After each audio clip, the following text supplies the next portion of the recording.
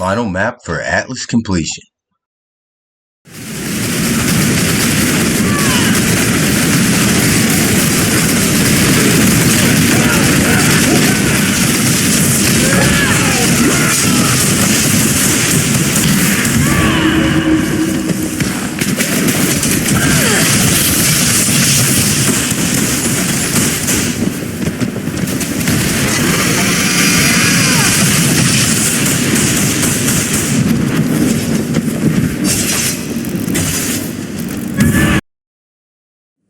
Hey YouTube and Path of Exile fans, I'm here today to talk to you about what I did to get my Atlas completion, how my build worked, the skill tree, so on and so forth.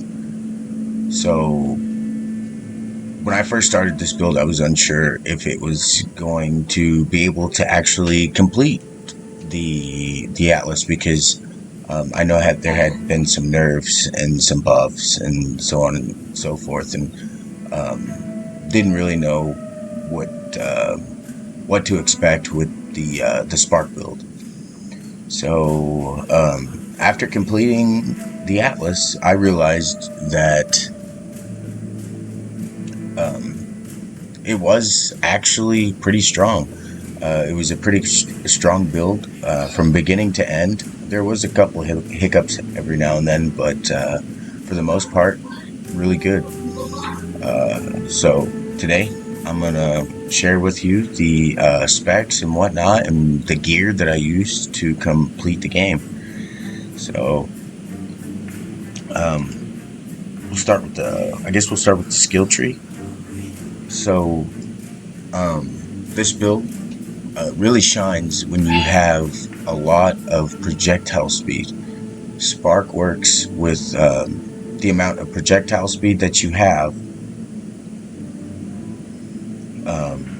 dictates the potential damage output that you can have. So basically, the faster the projectiles move, the more frequency it's going to hit the enemy. And of course, things like how much room you have with the battle that you're in also makes a huge difference. I found myself tactically using Spark, where if I was fighting a really strong enemy, I'd want to fight him in very close quarters, because the Spark frequency really shines. The smaller the space that the Spark has to move, the more damage output it's going to give, the more hit frequency it's going to have. So just keep that in mind if you decide to make this Spark build. If you're fighting a really strong enemy, narrow it down, lure them into a smaller space, because it will make the fight so much easier.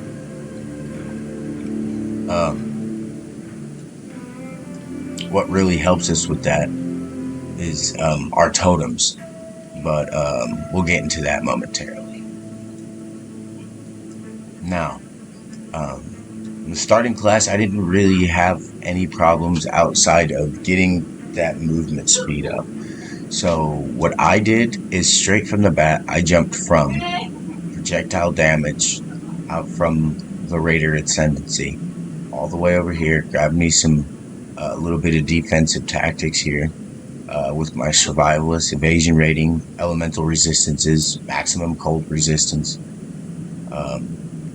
evasion rating from body armor, because we did use evasion body armor, more elemental resistances. We took our way all the way down here towards the strength nodes until we got here. Projectile damage, projectile speed damage, projectile speed. The more projectile speed you have, the better. You cannot go wrong with having massive projectile speed on this build. The more erratic and fast that these projectiles are, the better they're going to perform. Grab some health nodes here.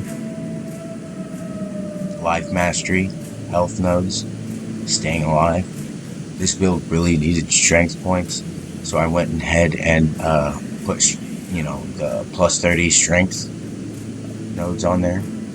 Wisdom of the Glade needed a little bit of intelligence. It wasn't really starving for intelligence, but I decided that I needed this because I didn't want to grind it from the gear point to have it on my gear.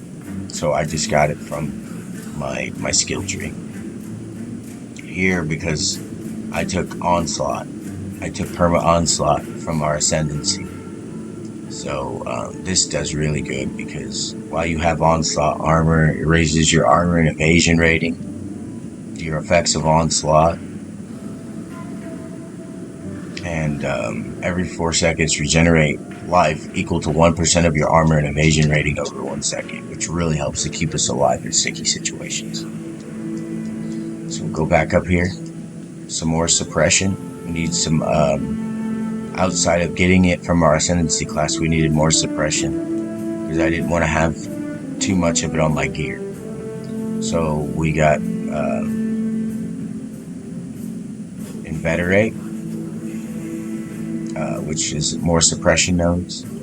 I didn't really need anything from the larger skill node there, so I just left it empty.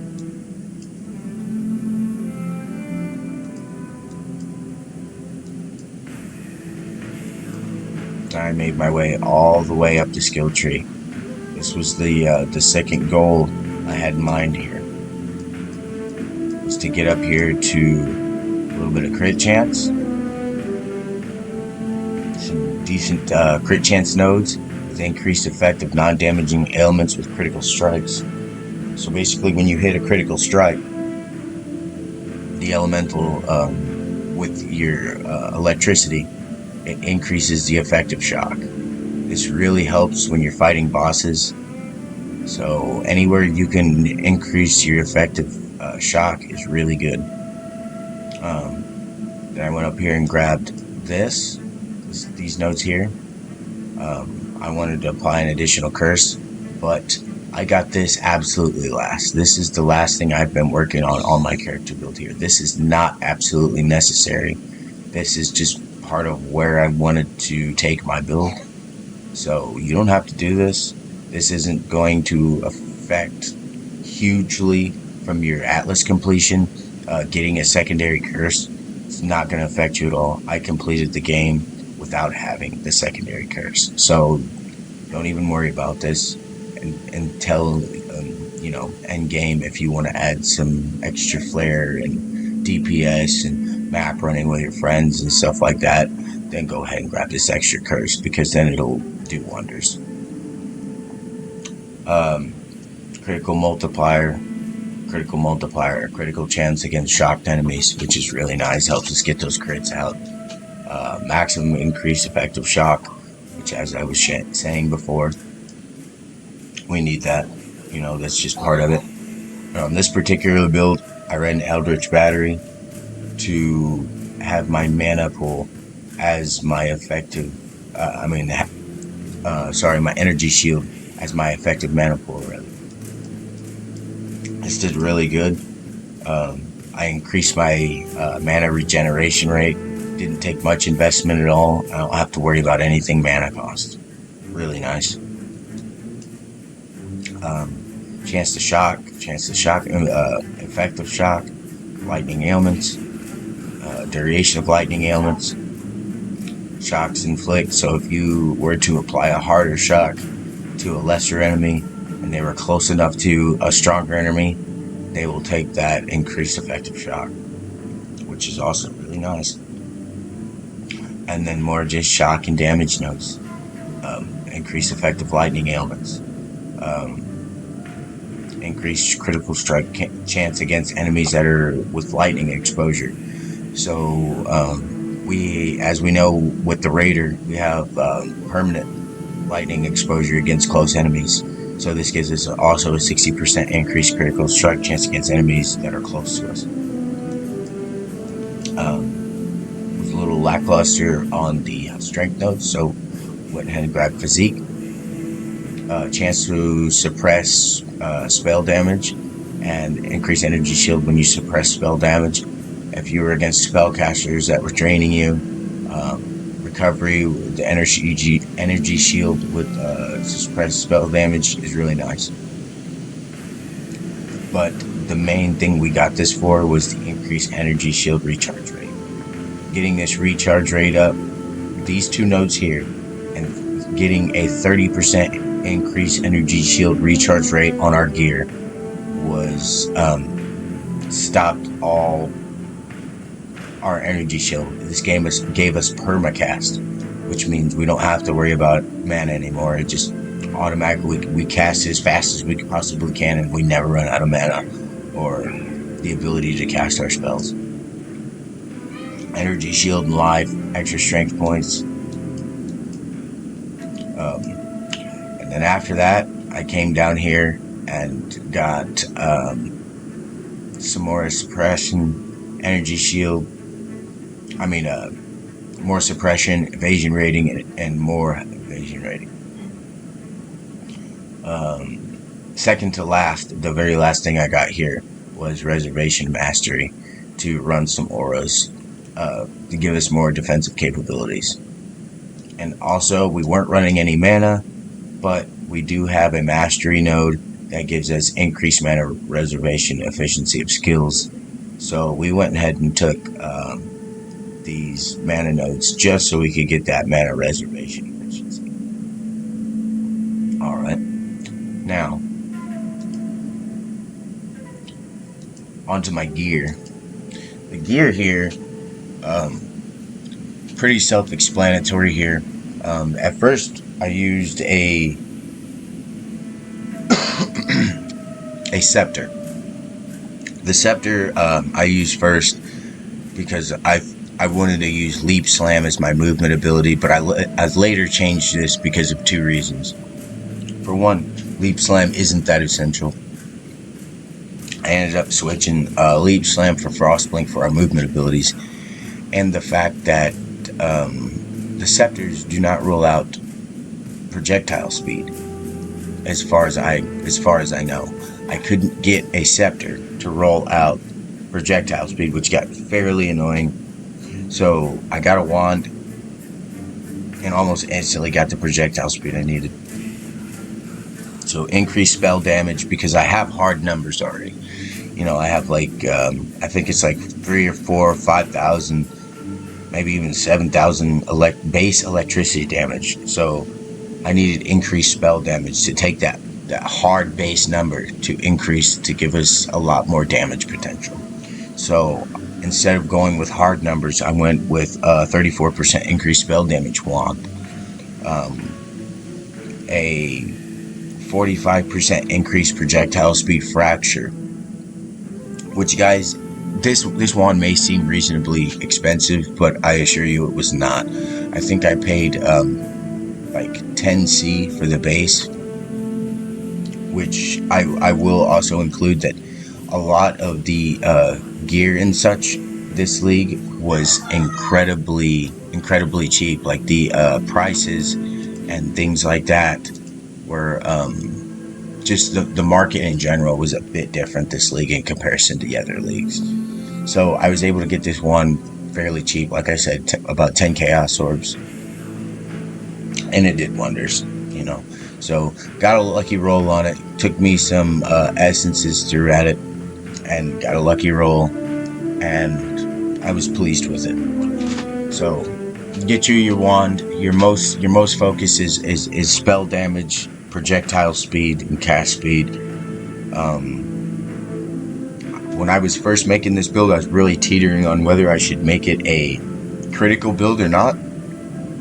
I went and stuck with it being a critical build, and actually got a global critical strike multiplier, which was also really nice because I couldn't really afford to put a lot of critical multiplier into this build, even though it was a critical build.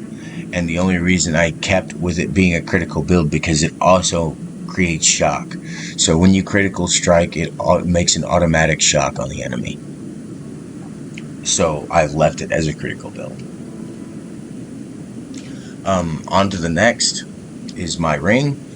I was actually looking for curse enemies with elemental weakness on hit, fracture, but I found this ring when I looked it up, and I looked up for a fractured ring. I found this one, and the guy was wanting next to nothing for it, and I went ahead and bought this. I bought it as is, and it works wonderfully for getting me some elemental resistances, and I might even later come back in and throw a another exalt at it and see if it rolls out anything good for us. But the main premise behind this was the curse elemental weakness on hit. So yeah, got it reasonably cheap. I think it was like another 10 or 15 C for this thing. We were good to go. The Expedition's End, I didn't get this until later. Adds some real utility to our build, especially when we're fighting lesser monsters. That spark just keeps things instantly frozen, keeps us a little bit safer when we can freeze our enemies for a decent amount of time, and it's almost instant with our crits, plus our chance to freeze already from just how our build is structured. This is really nice. Our Wind Clash offers us a little bit of defense in the way of the chance to block spell damage per power charge, increase elemental damage per power charge. You don't have to have this helm by any means, but I happened to get it as a drop, and it just worked okay for the build, so it stayed for now, and probably will for the rest of the league. So it works good. It's like you can get this thing probably for 1 or 2 Chaos Orbs, and it works really well. The amulet really just satiates all the things that I didn't have or that I was lackluster in, especially in the elemental resistances department. I found this build really needed some elemental resistances, so I just kept trying to roll out for something that was reasonable, give me some attributes, because like I said, I was shy on the strength points, cast speed, which was nice, increased armor and evasion, which we needed. We need those defenses. You know, you can never, there's no such thing as being too tanky. Unless your damage is suffering, there's no such thing as being too tanky. We'll go to the Stormfire. Our next ring slot is our Stormfire, which it works out really good. I also got this as a drop. Works out really good for our build, but like I said, not absolutely necessary. This build is very versatile. This Stormfire ring is not absolutely, it's not necessary. And to put it point blank, there's only one item I have on here that I would say was absolutely necessary for the build to operate at maximum efficiency, and we'll get to that momentarily. Our next slot is our shield slot. More strength points, armor and energy shield. Energy shield, life, chance to avoid elemental ailments, and stun block recovery for when we do have frequent blocks and it's not too slow and we get stun locked and things in that nature, which can be pretty annoying. So this shield worked out really good. So nothing to complain about there. These gloves are just something that I threw together real cheap like. Nothing invested into these things really, another 5 or 10 C. Into this build in its entirety, I might have maybe 1 divine investment into absolutely everything. I mean, outside of the 6-link Expedition's End, I was using this Chimeric suit, which is just a 6-link suit, and I used this all the way up to T16 completion. Granted, I was a bit squishy, and if you can find something that offers you a bit more defense, by all means do so. But this is the exact thing that I used until endgame. I got this after everything was all said and done. T16s were completed. I completed my objective. So, not necessary, but awesome. Moving on to the belt. Also got this as a drop. Satiate some of those strength points. Life regen. I still needed just a little bit of lightning resistance. Works good. And then I would still be able to throw a suffix on there.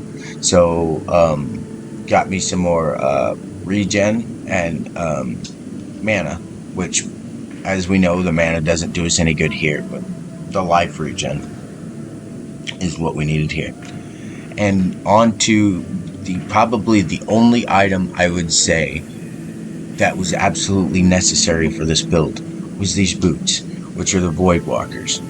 And the reason I say this is because they offer a way of defense, a chance to avoid all projectiles while phasing. And we have perma-phasing. So we have a 20% chance to avoid all projectiles. And if they are attack projectiles, we hardly ever get hit. We have a near 90% chance to evade all attack projectiles already. And so a chance to avoid projectiles while phasing. If they are attack projectiles, we really don't have to worry about them. And even if I do take one or two, it's no biggie, man. We have like 70% armor as well. So, yeah. But the reason I would say these boots are absolutely imperative is these projectiles pierce 5 additional targets while you have phasing. And so we didn't get any the projectile piercings off of the skill tree, so we took these boots. The only other way I would say these boots weren't imperative is if you took the boots off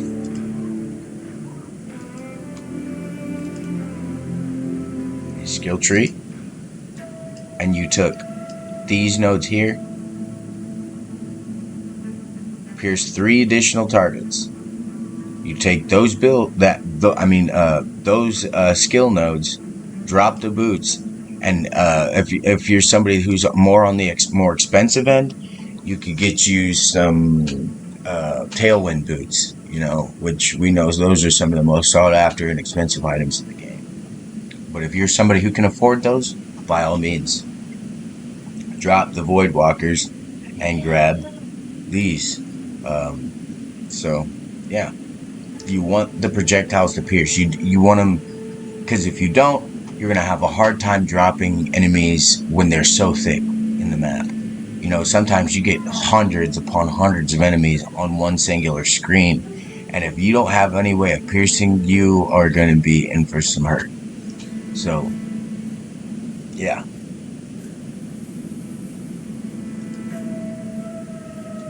So, so we have our passive skill tree, our gear, flasks. Really, you could use any flasks you want. One of the combinations I figured out this league that really kind of helped me to not get one-shotted was this sort of this double whammy protection, if you will. And this gives me ward, and ward is when I take a savage hit, as we can see, it gives us 200 ward. So if I were to take a savage hit, I instantly get 200 ward to protect me from the second hit. So if I sustain a second hit within 5 seconds, this ward will protect my health bar, and it really helps you from getting double shotted. So if you take that first savage hit, it doesn't kill you, but there's, for some reason there's another hit right behind it. This ward will help you to protect your life points, which ends up being really nice. And then last but not least, I have a ring that I just recently picked up. Like I said, this isn't absolutely imperative for your build, but I recommend it because Spark is by itself a little lackluster in the DPS department. It's strong, yes, but if it's not built correctly, you'll be left wondering, why am I not killing anything, right? So conductivity on hit is really good for spark builds and builds that are lackluster on solid DPS. So we have enemies, cursed enemies with elemental weakness on hit, which is, I believe, like near 15-20% reduction in all enemy elemental resistances. Plus we have conductivity, which also gives us another 15-20%, which effectively drops enemy resistances by 30-40%. Not to mention, if we go back over our skill tree and from our ascendancy, what do we have here? We also have Avatar of the Veil, which nearby enemies have fire, cold, and lightning exposure while you have phasing, which we have perma phasing, applying 20 to those resistances. So we're at a minimum of 50%, negating 50% of enemy elemental resistances with the setup we have now. It penetrates deep and destroys those monsters. Really helps. And with a DPS skill tree, I think it's sitting at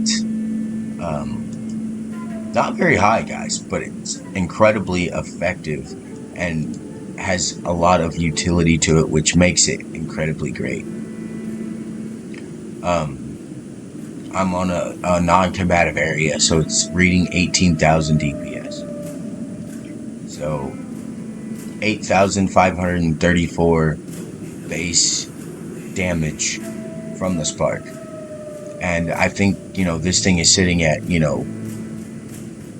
30 to 40k tooltip DPS, which isn't very high, but if you consider how much it penetrates, the shock effectiveness, I think on boss monsters we're getting like 30 to 40% shock effectiveness, which is incredibly good for fighting boss monsters.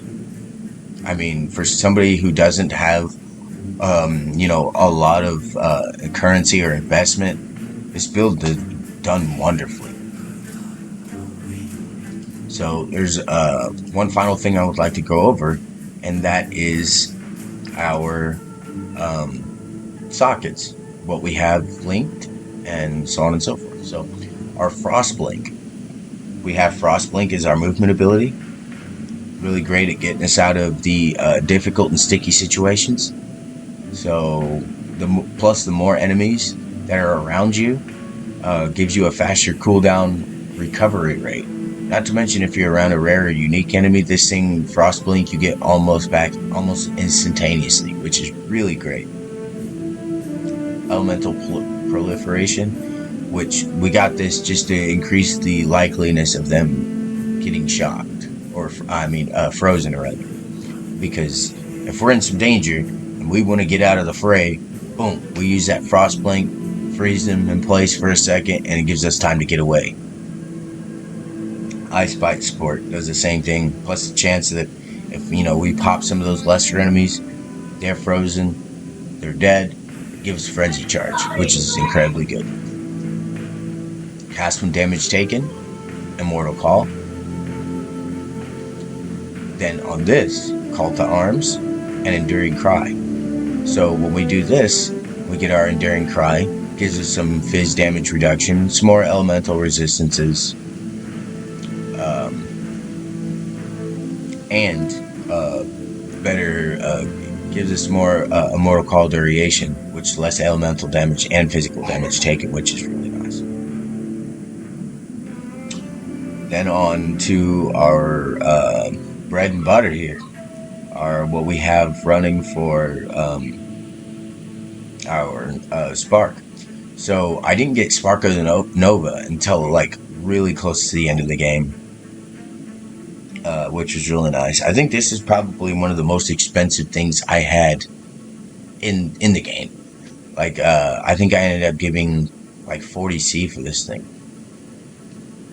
So that's that.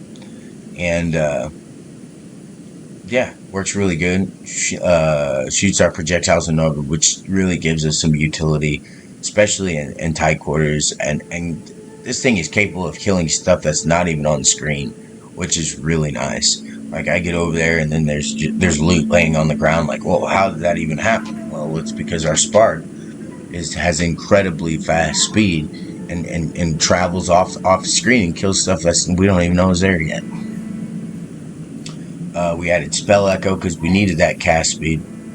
Greater multiple projectiles because we need more projectiles we have, and the faster they move, the more impressive it's going to be. Increased critical strikes, faster projectiles, and innervate. So the only variable skill I would say here is innervate. So I mean, if you wanted to switch this one out, maybe with something like crit multi might be comparable as far as the damage potential, or I'm sure there's a few others that might be better off for you, but Innervate worked really good for me, so I just kind of left it. I might switch it later, might not, I don't know. Works really good, so I left it. Flamewood support. This is really nice because we don't have any culling strike factors. So I ran Decoy Totem, which is really nice for keeping those monsters off you where you could just sit there and cast, right? This build is pretty tanky as far as like avoiding damage, not having to worry about damage. It's incredibly nice, especially when we have our Decoy Totem. We proc our Decoy Totem up, and we just sit there and cast endlessly while they're preoccupied with the Decoy Totem. Greater multiple projectiles, Culling Strike, and Flamewood. Which this thing, I mean, you could make a build solely on these Decoy Totems alone. I mean, this thing did so well. I was so surprised. You could probably make a potential, triple G game annihilating build with this setup right here. I haven't made it, but I will tell you it would probably do pretty phenomenal. And then we have our auras here: Vitality, Determination, and Grace. This is just to help us stay alive. We have some regen, armor, and some more evasion to get us near that evasion cap, which is really nice. Outside of that is pretty much it. All in all, I was pretty impressed with the build. It did really well. It didn't seem too squishy. There was times where I was, got frustrated because I was fighting some, pretty strong enemies, things like lightning avoidance, lightning damage avoidance, ailment avoidance. But if you have enough shock factor on your critical chance is a guarantee, and you have some chance to shock without actually having to crit, avoiding ailments on enemies really isn't that big of a deal. I think I ran a map had like 40% chance to for them not to be hit by ailments, and it's still obliterated, right? So it's not that big of a deal, but it still can be annoying if you're fighting really strong things or essence monsters or things like that. So, but yeah, I think that's all for today for this build, and I want to thank you guys and for all those who support me, and I hope you guys can take inspiration from this build, and we'll see you on the next video. Peace out.